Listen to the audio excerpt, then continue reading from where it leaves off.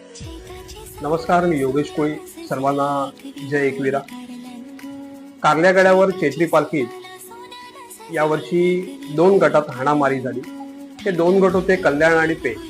यांच्यामध्ये काही मानापनावरनं वादविवाद झाल्याचा व्हिडिओ सोशल मीडियावरनं आपण सर्वांनीच पाहिला. काहींनी तर तिथे प्रत्यक्षात उपस्थित असताना देखील ती हाणामारी पाहिली. खरंच ह्या सगळ्या गोष्टीतनं चीड निर्माण झाली. यंदाच्या एकविरा चैत्री पालखीत सोहळ्यानंतर हा जो प्रकार घडला, हा प्रकार जेव्हा मी पाहिला सोशल मीडियावर, तेव्हा मला 10 वर्षापूर्वीची ती घटना आठवली.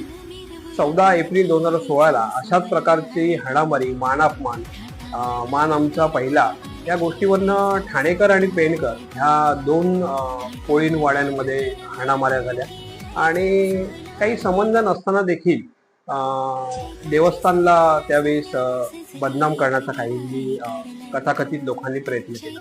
खरं तर या उलट त्यावेळेस जर पाहिलं आपण तर व्यवस्थित भाविकांना सहजतेने सुलभतेने दर्शन व्हावं, दर्शनाची व्यवस्था व्हावी, पाण्याची व्यवस्था, कोळीवाड्यातनं येणाऱ्या पालख्यांचा मान सन्मान, सकाळी वेळेवर अभिषेक होऊन न थांबता कुठेही विलंब न लावता भाविकांना व्यवस्थित आणि कमी वेळात दर्शन होणं, कोळी आगरी समाजाच्या शाहिरांचा, गायकांचा, नृत्याचा कार्यक्रम, हे सर्व नियोजन एकविरा देवस्थान ट्रस्टचे अध्यक्ष दिवंगत अनंत तरेसाहेब आणि इतर त्यांचे ट्रस्टी आणि सर्व सहकाऱ्यांच्या माध्यमातून होत होतं. हे आपण सर्वजण पाहत होतो आणि याचं कौतुक देखील चैत्री पालखीत येणारे भाविक गडावर देवस्थानचं कौतुक करताना आपण पाहत होतो. हे काही मी वेगळं सांगायला नको. आता मुद्दा असा आहे की 14 एप्रिल 2016 रोजी अशाच वादाचा पडसाद झाला. 2 गटांमध्ये ठाणेकर आणि पेणकर मध्ये मारामारी,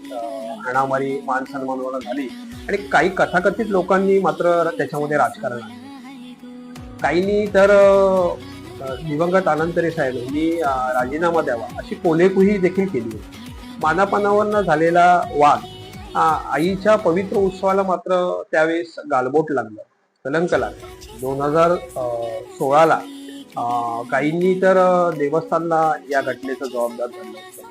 आणि मग आता कोणाला तुम्ही ह्या यंदाच्या वादातनं जबाबदार धरणार आहात का? याच्यात काही राजकारण करणार आहात का? कोणाचा राजीनामा घेणार आहात का? पूर्वी पाहिलं तर यात्रेला पारंपरिक पद्धतीने यात्रा होत होती. त्या पोलीस बंदोबस्त असायचा, पण कोणतेही निर्बंध पोलिसांचे नसायचे. इतकी शिस्तबद्ध पद्धतीने ती चैत्री यात्रा आनंदात, उत्साहात पार पडत होती. मात्र आता चैत्री यात्रेमध्ये मानापनावरनं वाद होताना आपण पाहतो. 144 सारखे कठोर कलम त्या ठिकाणी यात्रेला लागू होतात. हे का घडते? 10 वर्ष लोटली, पण परिस्थिती बदलली का भाविकांना? गावोगावीवरनं आपण आपल्या कोळीवाड्यांमधनं आपले मच्छीचे धंदे, आपले सगळे उद्योगधंदे आपण बंद ठेवून आपण नोकरीला असो तर त्या दिवशी आपण सुट्टी घेतो आणि आईच्या पालखीला येतो. कोळीवाड्यांमधनं तर पायी पालख्या सगळी मुलं चालत येतात आणि आईच्या दर्शनाला एक उत्सुकता असते आपली. आणि आपण सगळेजण मिळून आईला पालखीत बसवतो, गुलाल उधळतो, नाचतो, गाजतो, आई माऊलीचा उदो उदो करतो आणि तिला पालखीत मिरवतो. मग हे कशासाठी करतो आपण? मानापनावरून गावाचे तंटे, मंडळाचा किंवा कुठच्या व्यक्तीचा मान मोठा नाही, तर मान फक्त आपल्या एकविरा आईचाच मोठा आहे.